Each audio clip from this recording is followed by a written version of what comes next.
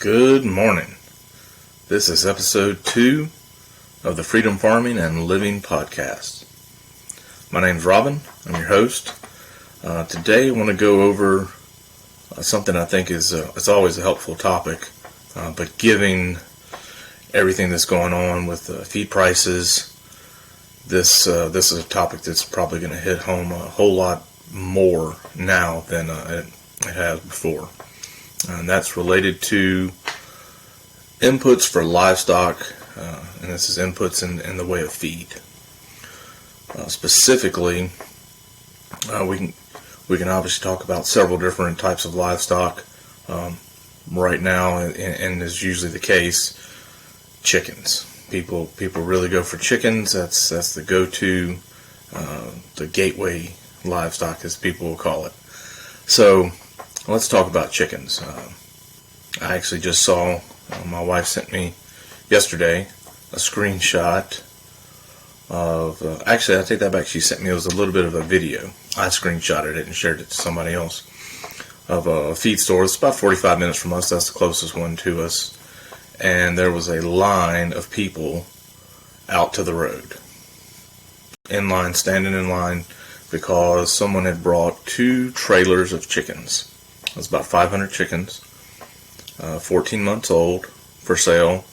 Believe she said the price was, she thought she saw $12 a bird, which is a pretty clear indicator this was some retired layers from a big commercial operation. They were at another location for sure too, because they mentioned if they didn't sell out there, they would bring the ones they didn't sell to this location at a different date. So tons of people trying to get chickens. Given the price of eggs at the store, all the memes you see all online, it's a pretty good driving factor. And obviously, if you're raising chickens, you know that it's kind of a fallacy that you're going to go get some chickens and you're going to have just an abundance of eggs. They're going to be cheap. It's going to be cheaper in the grocery store. And the reality is that's not necessarily true. It could be true if you do it right and you don't get too many chickens, or you have a source of feed that doesn't cost you anything or cost you next to nothing.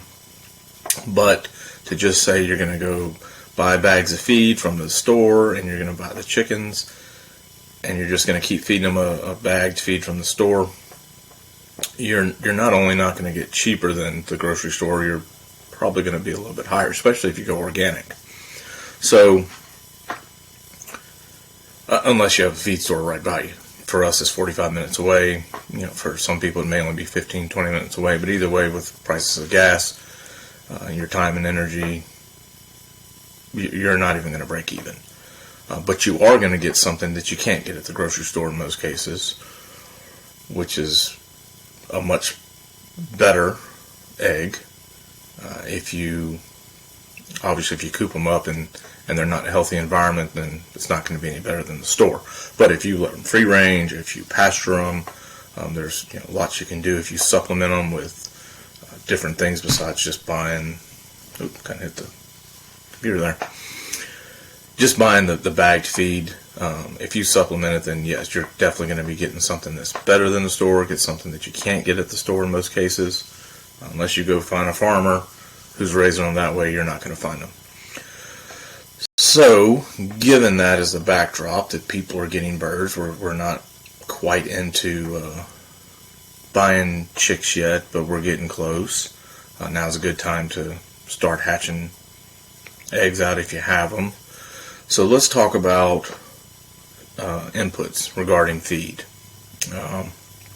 So I've seen this just researching. There's a couple of different places that you'll find if you start Googling food scraps and chickens, and what you'll find is that there's a pretty solid consensus that 1 chicken per member of the household. Now maybe not infants, but if you've got some, say above 10 years old, 10, 12 years old, something like that, certainly your teenagers, all full-grown adults, and probably anybody above the age of 10 would be counted as one person, and then you could support one chicken per person based on that. If you got a 5 and a 6-year-old, let's just call that one person. So family of 4 chickens.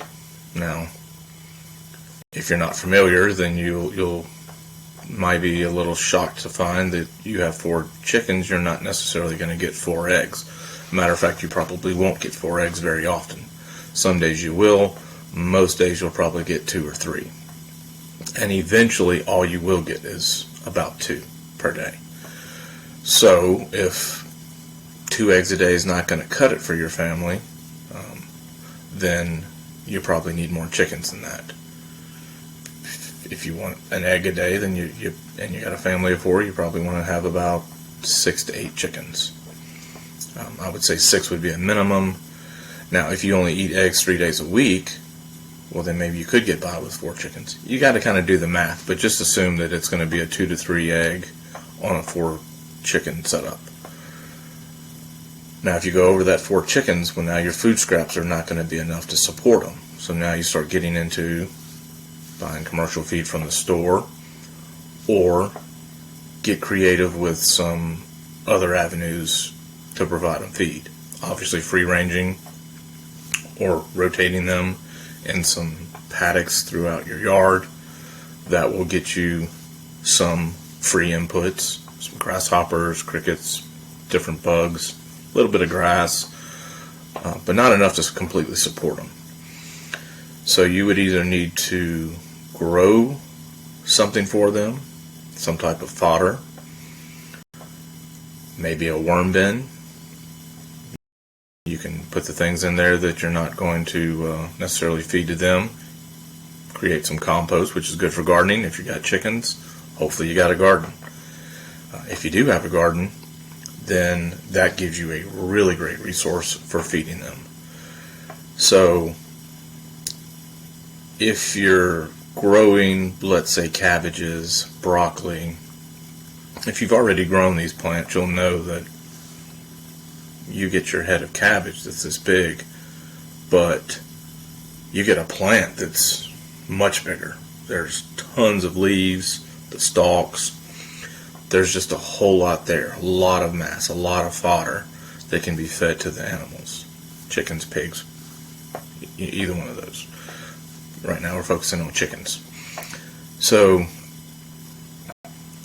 even if you don't eat that much cabbage or broccoli or Brussels sprouts or cauliflower, these are good plants. These are good vegetables to grow. I'd recommend you do eat them. But you've got the plant there that's going to provide a really good source of, not free, but better than the grocery store, and it's not dried out, sitting in a warehouse, getting trucked up and down the highway. It's right there in your backyard, or your front yard, or your side yard. So look there first. Look to your garden first. If you're not going to grow year-round, maybe grow some type of fodder, some type of cover crop that doesn't really require you to babysit it. Something you're not really concerned if some of the insects get in there and get it. And then that gives you another fodder. You can also look at sprouts or microgreens. We love microgreens for ourselves. We love sprouts for ourselves. If we don't quite get to them in time or don't eat them all before it's time to get rid of them, then they go straight to the chickens. We have ducks and geese and turkeys too, so they go to them as well. But they go to our poultry. Now, this is going to take care of a lot of your energy needs. You will have some protein taken care of through these different things. I mean, there's a lot of protein in some of the microgreens and sprouts. There's some systems out there for sprouting, but you can do a very simple DIY. Buy a bag of sunflower seeds and sprout them. And, you would sprout them each day. And it takes 3-4 days of sprouting them to get a final product that you'd want to feed to your chickens so that they would get the most nutrition out of those sprouts. They're going to get more out of that sprout than they will out of the sunflower if you just fed them the sunflower. Now, they're going to eat it, but they're going to get more out of a sprouted sunflower seed than they will just a sunflower seed. So that's certainly one way where you can look at something you're buying, you can stretch it.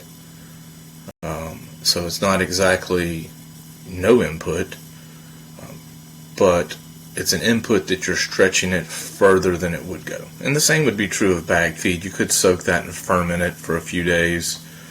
It's going to stretch it a little further. So yeah, you may be paying $25 for a bag of feed, but if you can stretch it out and maybe gain 1.5 to 2 times the nutritional value out of that bag, then it's more like you paid like $17 or $12.50, depending on how much you can actually stretch out of that. So again, it's not no input, and it's not exactly low input, but you are lowering your input if you can stretch that feed out. And certainly these feeds are designed to be a complete balanced feed. But if you take that feed and you stretch it by maybe diluting the use, because you use half of what you normally would use, you add some food scraps to the mix, maybe you sprout some sunflower seeds, you soak the grain that you're buying, that chicken feed grain, move them around in the yard, get them some natural bugs and grass and things, maybe you have a worm bin. Then all of a sudden, instead of buying maybe 1 bag of feed for a week or 1 bag of feed for every 2 weeks, maybe you're able to stretch it out and you buy 1 bag of feed for the month, and you do all these other things at your location, in your backyard, in your house, spare room, and then you've taken your inputs from being, maybe it was going to be $100 a month in feed to $25 a month in feed. Now those eggs are starting to look a lot more appetizing on not just a nutritional level, but also on an economic level. Now, there's a couple in Ohio that they don't have a big social media presence. You're not going to find them online except if you go to onecowrevolution.wordpress. They do have a blog there, and their name is Sean and Beth Dowdery, or Dordery, depending on how you pronounce it.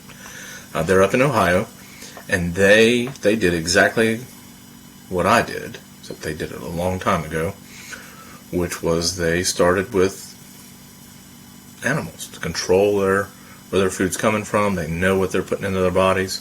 That's the same thing that my wife and I did here. We went out, we bought some chicks, and then we started buying bags of feed. And I've seen them at conferences, they've told their story. And they came to the realization that I too came to, which was we are spending a lot of time driving to the store and buying feed, just bag after bag after bag of feed. And it makes you question, how is it that people raised chickens before there was a feed store that was providing this feed? Chickens have been around for a very long time. Feed stores, not nearly as long.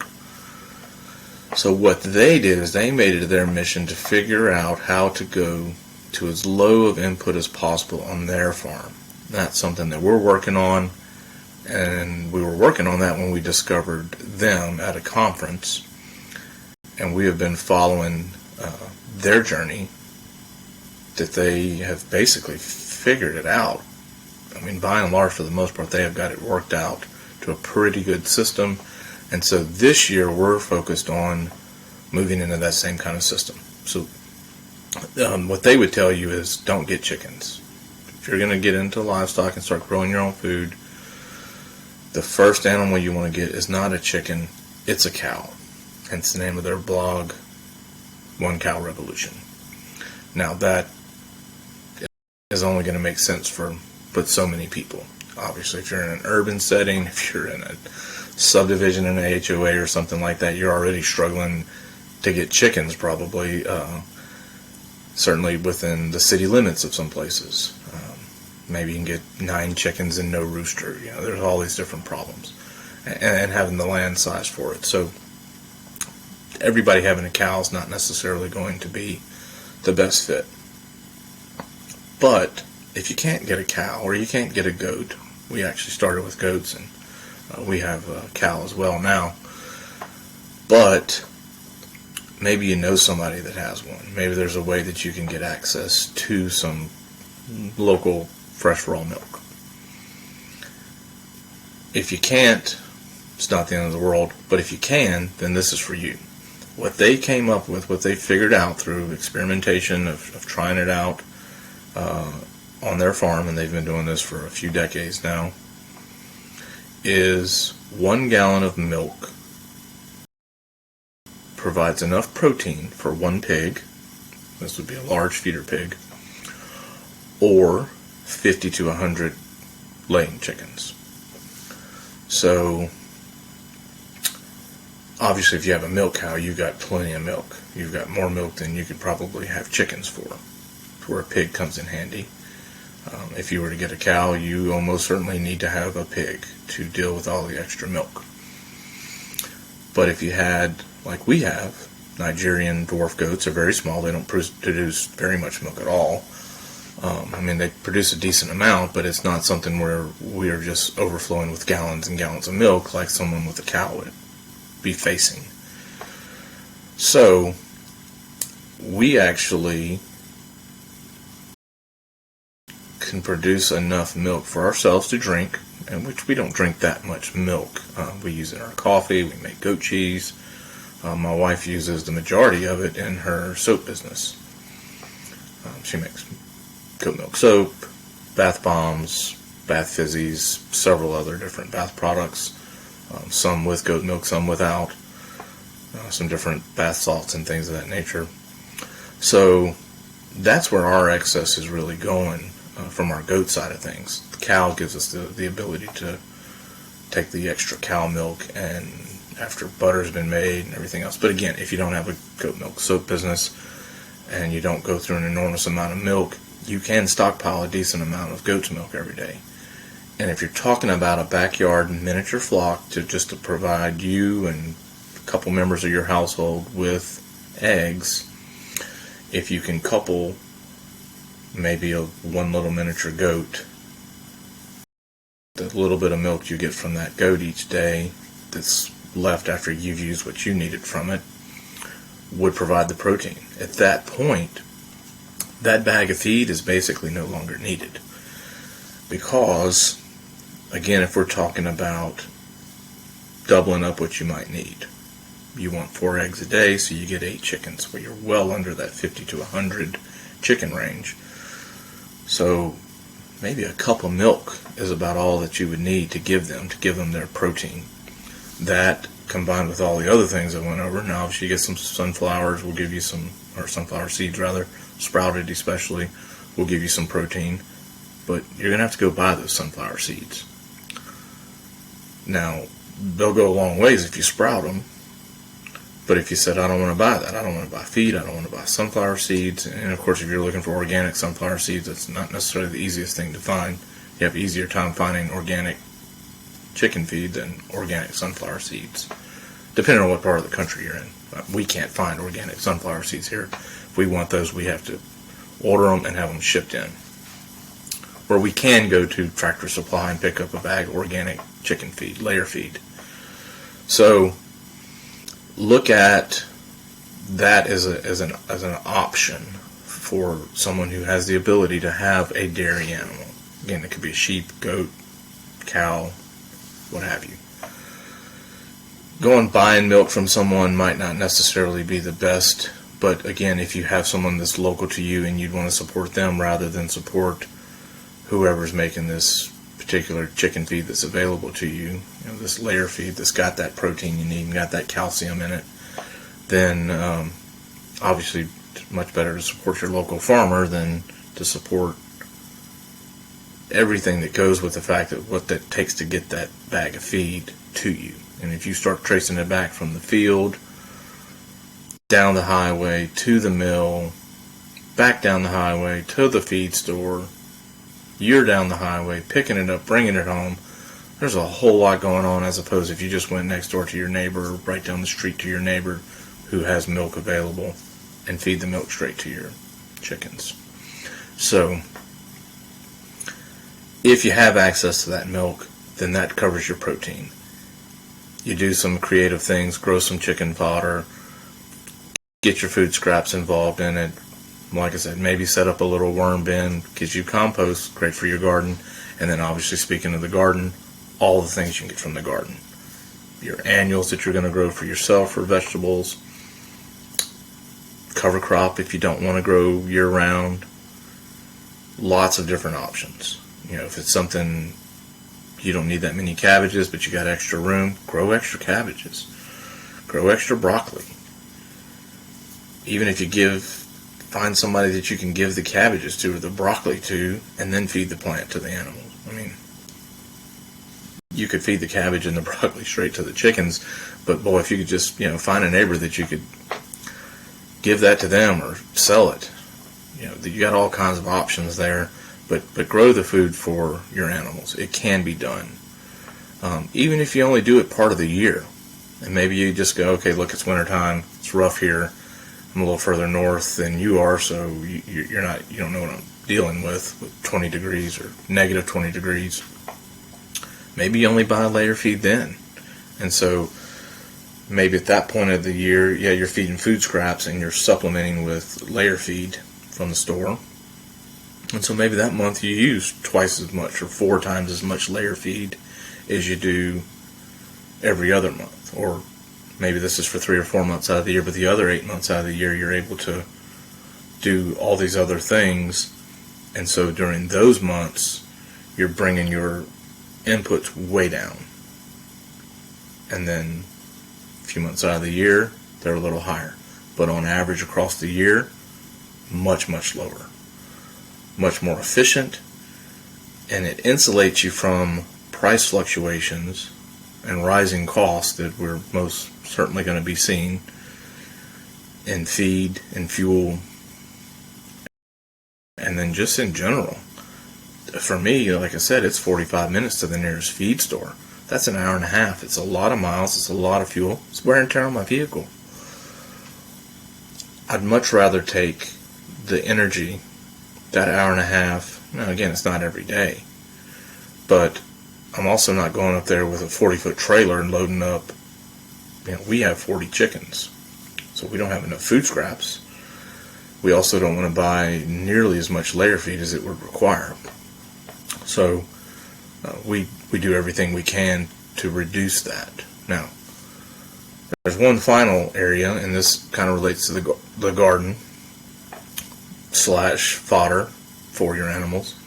And this is something, again, give credit to Sean and Beth Daugherty for that. They grow 2 different plants, 2 vegetables. Specifically, it serves 2 purposes. 1 is as human food. 2, it's livestock food. Now, the first one is one that they do eat on a regular basis, themselves and their animals. It's the tromboncino squash. They get very big, like 10 pounds or larger. Very, very big squash. This isn't some little small yellow typical squash that you get in your garden that you're growing in the summer. These are very large squashes, big around, and they store very well. That's why they like growing them, because they can eat them, their animals can eat them, and they store well. 3 very important qualities that they have outlined is what they're looking for in a fodder for their animals. The second one is a beet. It's a very large beet, same thing, 10, 15, 20 pounds in size per beet, and it's called a mango wurzel. And it also stores well. You could eat it. Could be human food. It's kind of a starvation food. It's not something you necessarily want to eat every day or even every week. The squash is a little different. The beets, that's certainly beets in general, pretty acquired taste for most people. So the mango wurzel is like what I would say is a starvation food. If you had to eat it because you didn't have any other options, you very well, no problem eating it. It's definitely human food. But they use it more for livestock fodder than for human food. But again, it's a good fallback. If all the grocery stores go down, if all your other crops go down, you have that food there. It's there, it's available for you, and it's available for your animals. So those are 2 really good things to look at. We didn't get to grow them this year, this past year, 2022, but this year, 2023, we are really, really focusing in on getting these inputs put into our system our own inputs. No more outsourcing.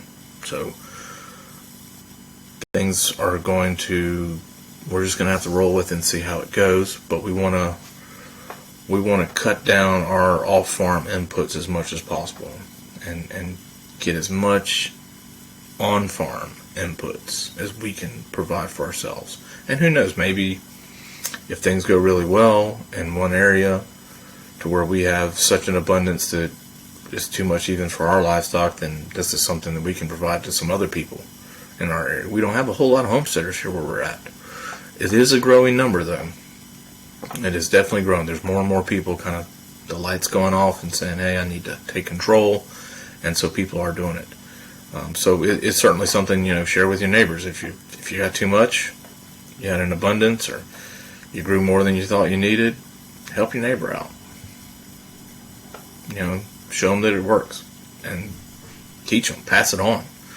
That's the thing. This information is it's not something that should be hoarded. It should be given freely to other people, so that we can take back control of our food systems. Not just take back control of our food system, but in some cases establish for the first time a food system, or at least a local food system that hasn't existed for potentially decades. Where we live, we're in a very rural area, and we are surrounded by a ton of agricultural land, but it's commodity agricultural land. So it's corn and soybeans and cotton, and it is getting shipped out of here just as fast as it's harvested.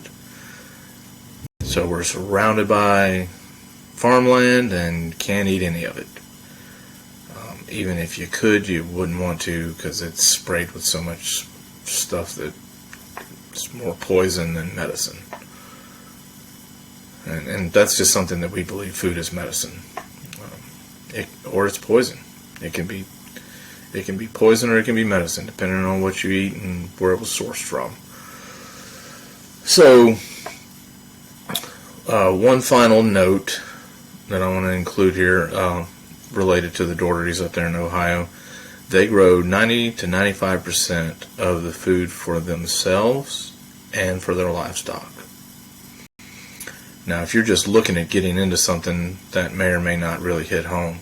But if you're like us and you've been raising some animals for a while, and especially if you have a lot of animals, then that's a really powerful number. I mean, that's really powerful to say, I could cut my feed bill by 90 to 95%. Even if you could cut it in half. If I could cut my feed bill in half tomorrow, I would. So that's what we're working on. That's our goal for 2023, is to cut our feed bill via on-farm inputs. I'd encourage you to do the same. Again, if you're someone new, don't just jump straight out there and say, hey, I'm going to get some chickens and get some feed, and just not think about anything else as an option. You have other options. You don't have to rely strictly on excuse me, you don't strictly have to rely on that feed store bag. It's there. Well, I mean, it's good to know it's there. It's good that you can rely on it. But look at some other things. Look into the tromboncino squashes. Look into the mango wurzel beets. Look at sprouting. There's all kinds of chicken fodder systems. If you don't want to DIY one yourself with some buckets and drilling holes in the bottom, you can buy one. Obviously, you can do it a whole lot cheaper if you do it yourself. But there's all kinds of little chicken fodder systems out there that you can use in indoors. It's climate controlled, so you can do it year round because you're in your house. And just harvest it and throw it out to your chickens. Do some sprouts for yourself and give the extra to the chickens. It's very nutritious. I mean, they are loaded with nutrition. Great on salads. I mean, you can even put them on sandwiches and put them in soups and things. I mean, there's a lot you can do with them. You can put them in tacos. I mean, you can do a whole lot with them. Just kind of expand your horizon with what you're eating and where you're getting your nutrition from. And that's going to help expand that for your animals. Now, this was all about chickens. Obviously, this really works with poultry in general, right? If you've got ducks, if you've got geese, guineas, turkeys, we have all those. We treat them like the chickens. Our ducks, we do give a when we're first raising them, we make sure that they get some brewer's yeast so that they get that extra niacin they need. But aside from that, the poultry are the poultry. The waterfowl, the game birds, they're all the same. They're all going to get the things that we're growing, the sprouts, the microgreens, food scraps, milk. They get all of it. And that really is a way of helping us, but we have to step our game up this year and start growing more stuff for them. It's been nice to really see a cut in our feed bags, but it's a small cut. And now, actually, one thing that I did miss out on and wanted to point out, and not everybody's going to be able to do this, that's why it wasn't a real major theme, but it's definitely something to look into. If you've got a connection with a restaurant where you live, or possibly even the grocery store, they're going to be throwing away tons of food. Produce that just doesn't meet the cosmetic eye at the grocery store. If it's got some blemish on or something, they're not going to put it out. It's perfectly fine for animals. I mean, most of the time, especially when it comes to chickens, it doesn't matter how wilted the leaf is, it's fine. They're going to eat it. And if for some reason they don't eat it, it's just going to compost down into the ground. So, you can search them out. It's not easy, when you get into that, you really have to make it easy on them. Because they're not going to jump through hoops to set aside food for you. But if you can get some buckets with some lids, give it to the restaurant. Again, if they're serving a lot of different things, they've got chicken things on their menu, it's going to make it a little more difficult. Probably one of the best things to kind of look at is if you have like a Mexican restaurant that's got tortilla chips and beans and rice. That's not a chicken thing, or concern for chickens, right? Whereas if they're throwing chicken tacos leftovers in there, well, you don't want to feed that to your chickens because you don't want to feed your chickens chicken. So it can get a little complicated when you look at the restaurant side. But again, if you've got a good relationship with them, if it's someone maybe you eat there pretty often, or the manager or the owner, and they'd be willing to work with you, certainly give that a shot. That's definitely not for everybody. It's probably definitely not for most people, because it does add a layer of problems for them to try to keep track of. Grocery store might be a little easier, but you'll have to talk with them. Again, same kind of thing. If it's, don't go to the grocery store you're not shopping at, because, go to where you're shopping at. If somebody else is already getting it, or they don't want to work with you, then maybe go look at some of the other grocery stores that might be around where you could source some of that. And, finally, check with your neighbors. Probably one of the best things that we've had happen, and this wasn't our idea, we got it from somebody else, and I can't even remember who we saw that did it. Might have been somebody on Facebook, I don't remember, but we put it out that bring your pumpkins after Halloween, and around Thanksgiving-ish. After Thanksgiving too, we had people bringing them too, but we had people after Halloween, we had people after Thanksgiving. Bring your pumpkins. Just put it out there on Facebook or whatever. If you have some type of community, local board or something, and make it easy for them too. Go put a designated spot, maybe a tub, a bucket. Well, a bucket's not really going to work unless there's some small ones, but designate an area, something that's going to be easy where they don't have to go out of their way to give them to you. Make it easy for them. They're giving it to you. They're driving to you.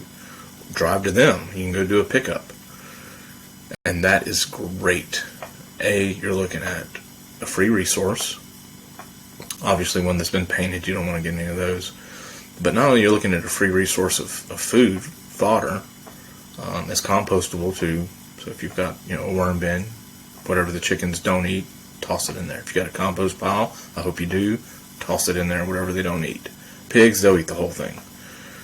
But chickens, they'll peck through, get all the flesh out, and they'll pretty much kind of leave the rind. But that's all compostable. But the other thing is, pumpkin is a natural dewormer. Look it up. There are lots of information out there regarding using pumpkin instead of using dewormers. Now, of course, obviously, if you've got an acute situation where an animal is on death's door because it's got full of worms, well then, yeah, obviously you want to consider using a chemical dewormer. But we try to get pumpkin to all our animals, even our goats and our cow, because of that natural dewormer. And we don't feed them tons of pumpkins, but we get them a little bit. When we get the pumpkins, it primarily goes to the chickens and the pigs, but we do give a little bit to the other animals so that they can uptick some of that natural dewormer characteristics within the pumpkin. So that'll wrap it up for low to no inputs for chickens. Try it out. If you're getting chickens, start looking at it on the front end. I really wish we would have. I wish we'd have worked this out before we were pushing 50 chickens. We could have saved a lot of money. Better now than better late than never. But look into it. See what you can find. And remember that this is the biggest takeaway that I would say is if you start with a handful of chickens and you're feeding food scraps, remember, unless you double your household and double your food scraps, you can't double your chicken flock and not seeing a pretty dramatic increase in what it's going to take to feed them besides what's coming off your kitchen table. That, can't stress that enough. We started with 6 little chicks from the feed store. And we were giving food scraps then. And it's just 3 of us here. So that went pretty far. But, boy, when we went to 12, and then 20, and then before we know we're at 30, and then we're buying lots of feed. They are going through feed like crazy. So, of course, now we're even higher than that. It really can get expensive. So, be mindful of that. And if you already have them, get creative. If you have the problem I have, where you have so many, get creative. Do some sprouts. Grow a chicken garden. Get some of those Trumbagino squashes and mango wurzels going. Once we get them going, I'll do a YouTube video on it and show exactly what it looks like and how it's going. Because I think it's one thing to say, yeah, do this. It's another thing to see it in practice. I actually watched the Doughertys put out a mango wurzel for the chickens. They just lay the whole thing in there, and they just peck at it. It gives them something to do too. If you have chickens, you'll know they scratch around, they peck around and everything. So that's going to give them, they can work on it. You don't have to chop it up in little bitty pieces for them and feed it that way. You can actually just put the whole thing in there. With the pigs, maybe cutting up to a couple pieces so that it's a little more manageable, especially if you have a couple. But really, you could just give it to them whole too and let them work on it. But get creative. Look for those ways to cut your feed bill. Make your eggs more nutritious. Make them more organic, and make them cheaper. Take that money and invest it into something else. So, thank you for your time. Really appreciate you listening. Please keep following along. This is early stages for the podcast. You can check our YouTube channel out. It's Labanne V Farm. That's LABONNE